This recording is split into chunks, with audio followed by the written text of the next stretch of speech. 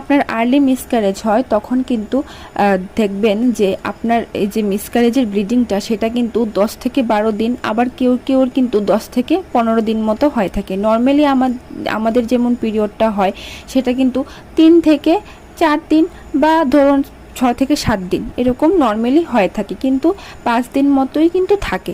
যদি দেখবেন যে আপনার পিরিয়ডের সময় আর কি যদি মিসক্যারেজ হয়ে থাকে, আপনি তো আগ থেকে জানতে পারেন না।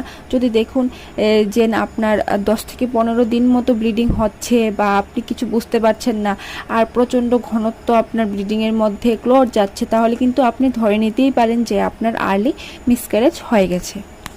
আর নর্মালি কিন্তু পিরিয়ড এতদিন থাকে না, 3 থেকে 4 দিন হয়েই কিন্তু পিরিয়ডটা বন্ধ হয়ে যায়। ফ্রেন্ডস, আমাদের যখন নর্মাল পিরিয়ডটা হয় তখন কিন্তু আমাদের সেরকম শরীরের মধ্যে পিরিয়ডের পরের কথা বলছি এতটা দুর্বল লাগে না, কারণ পিরিয়ড হওয়ার পর এতটা দুর্বল লাগার কথা নয়। যদি আপনার আর্লি মিসক্যারেজ হয়ে যায়